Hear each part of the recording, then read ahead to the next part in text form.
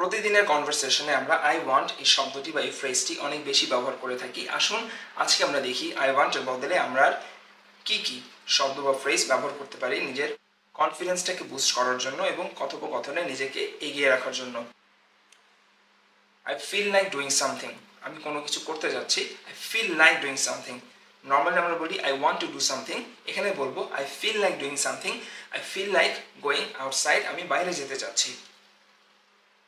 I am dying to do something, আমি কোনো কিছু করার জন্য অস্থির হয়ে আছি। I am dying to do something. এখানে কিন্তু আমরা I want to do something না বলে বলছি I am dying to do something. I am craving for ice cream, I want ice cream না বলে আমরা বলছি I am craving for ice cream. I fancy this place, আমি এই জায়গাটাতে যেতে চাচ্ছি, বা I fancy this place. I want to go to this place না বলে আমরা বলছি আই ফ্যান্সি দিস প্লেস। এভাবে কিন্তু অনেক সহজে আমরা নিজেদের কনফিডেন্সকে বুস্ট করতে পারি এবং কনভারসেশনটাকে এগিয়ে নিয়ে যেতে পারি।